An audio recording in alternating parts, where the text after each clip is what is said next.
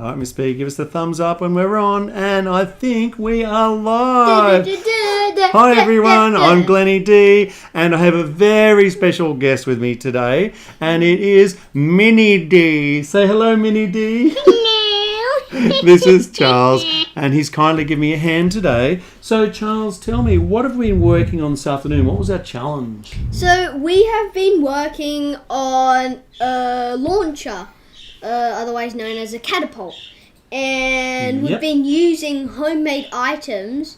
We haven't gone to the shops or anything. We've just been looking around stuff from our house. We have. So that's our challenge today, and we're basing it on a peg, on an ordinary peg. We're going to try to make a launcher from ordinary things, and we are also going to collect data on this. So if you're a teacher and that's something you might want to do with your classes, if you're a student, then why not try and take on this challenge? Yours will be a different solution based on what you've found at home. Finding things is great because we have to use our brains and modify the things that we find. Okay, so are you ready to get started, Minnie D? Yes. All right. So first of all, let's talk about the pegs. So I've got a few that we've found. This one is a plastic peg. It's good because it has a long distance there. So if I was using that as the launcher, let's just give them the idea. So if I just push this down, can we find something, Minnie D, to put on there? Yeah, what about this? Will that go straight on there? I just want to show the idea of launching something. What about just this? Let's see if it works. Boom. Oh. Yep, that's the idea. This peg is smaller here, so it doesn't actually have as far to go, but I think we're using this one because it's wood. It's more enviro. It's paintable, but also a white glue, a craft glue, will stick to this really well. So we're going to use the wooden peg. Now, the first thing we found today was that if I'll need to design to store that energy. So if I'm compressing or pushing that close, the spring is storing the energy. Now I need a way to hold it, and what was the simple way we came up with, Minnie D? We came up with this.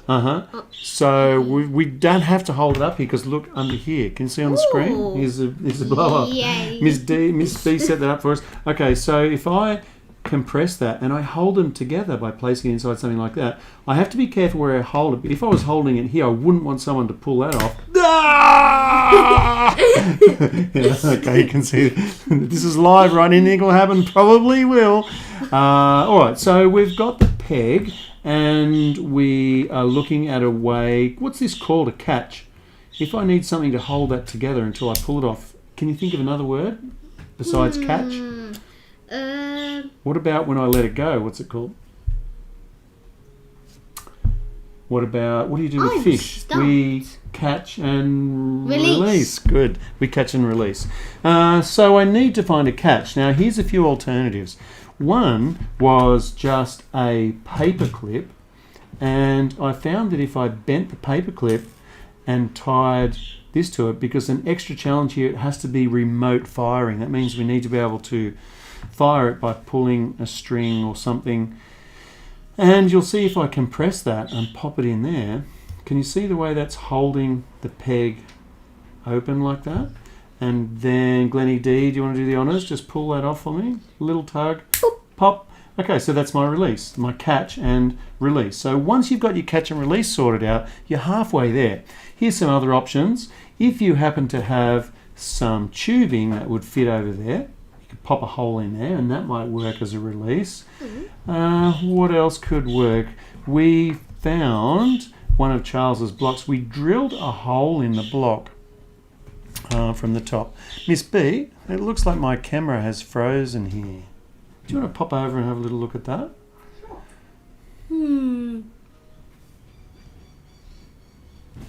So let's fix our little technical issue here. If I'm still broadcasting live, we need some fill-in music. And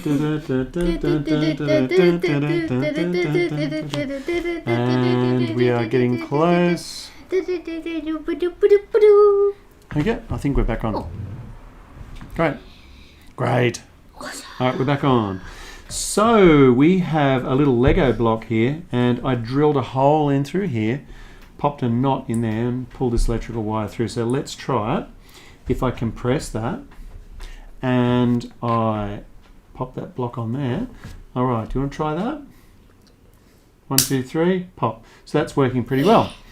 Now, rather than hold the peg, I've chosen this MDF as a base, but it could be cardboard, it could be anything. Then I hot glued it down to here, and I needed to, well, actually, let's show them the one we came up with first. I'm going to wheel in the catapult. Now we need something to launch. Can I have a minifig, please? Here's our minifig. So let's put him on top of there. I am actually going to take these wheels off so it's not running around. Great, and you can pop him on in just a second. Let me grab Mini D. Let me grab this, and I'm going to pop that little. That's my catch. So let's bring it back like this. Okay, pop him on there. Let's have a look. Yeah, hopefully it stays on. If it doesn't stay on, I found that legs up that way. There we go. That's how we're going to launch. Okay, we ready? Bye bye world. 3, 2, 1. Woo! Boom! Out of there. Go get that. Thanks, Mini D. So that's the launcher, and you can see here we've got the peg. This little bit here is a packer or a spacer. Oh, we've lost it again, darling. We're going to have to scratch this one again and start again, I think. Some different tech. Oh, it's back. Okay, shall we push on? Yeah. Okay, quick as we can.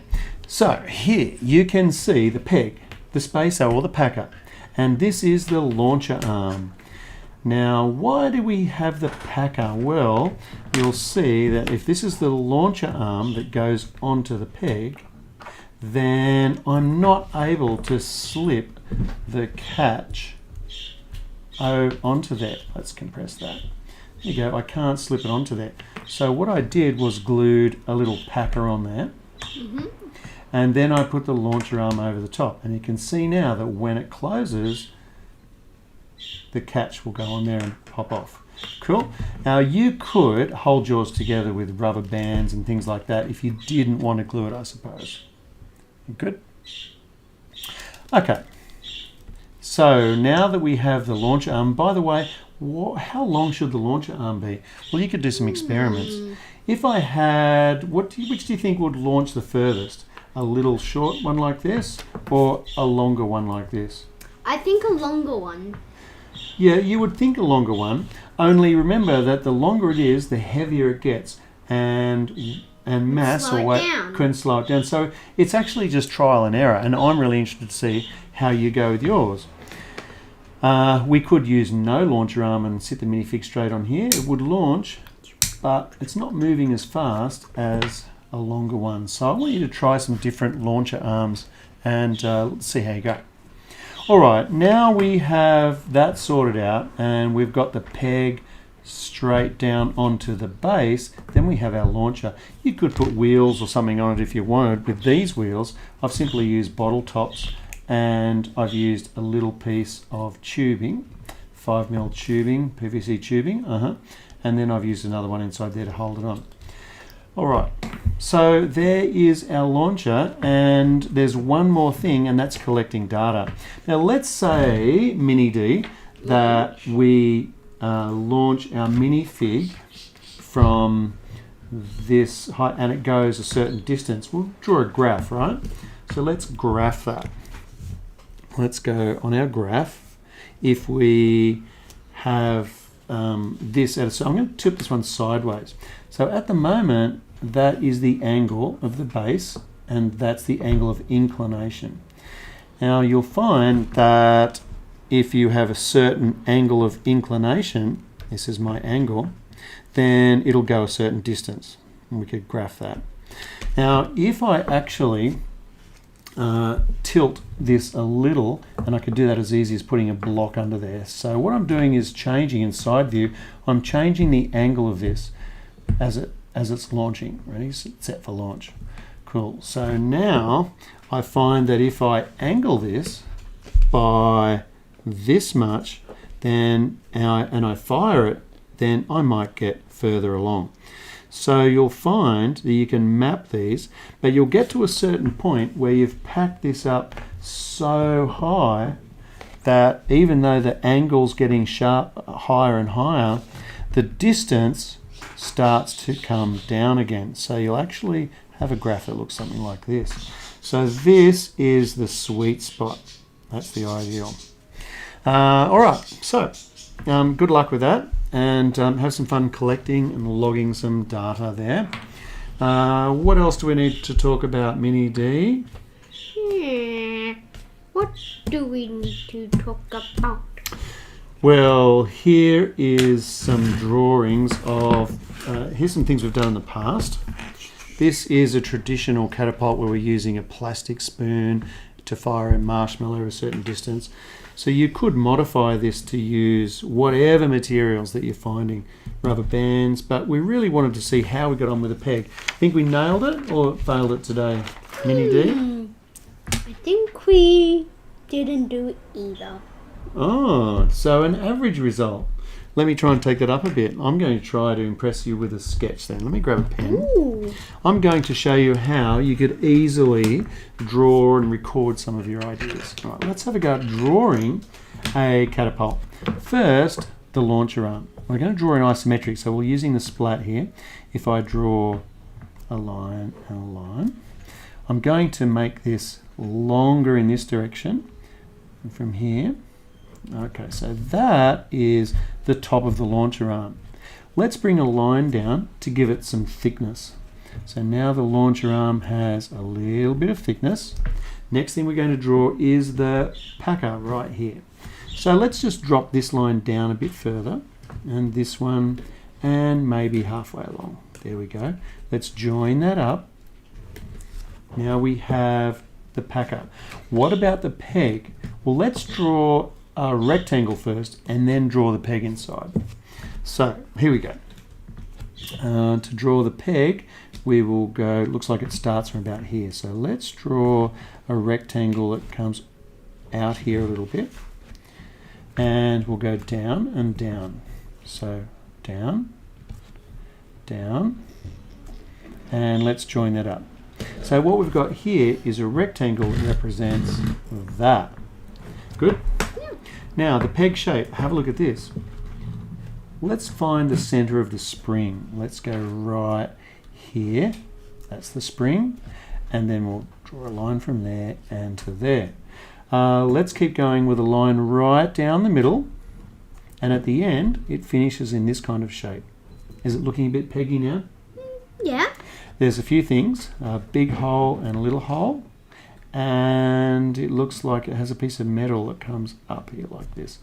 Cool. So let's give the peg some thickness now. That's these lines here. So from this corner, we draw a line in the isometric direction. So we go line. Same thing from here. Let's copy that line at the end. Copy that one. So I think we're pretty good with a peg. Let's just give it a little bit of brown colour there.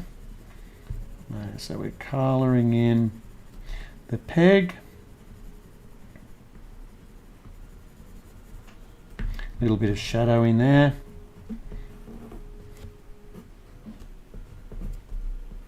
A little bit of shadow in there. Okay, so guys, there's my peg. So we've got the launcher arm, we've got the pack of the peg. What's the other bit that we need to draw? The wheels. What do the wheels sit on? A base. Base, okay, let's do base.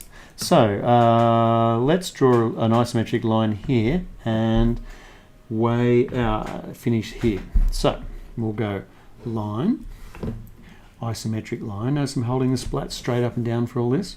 And let's join these ones on the isometric angle. Same thing there. And well, let's give the base some thickness. So we'll go down, down, Down. down, and we'll join these.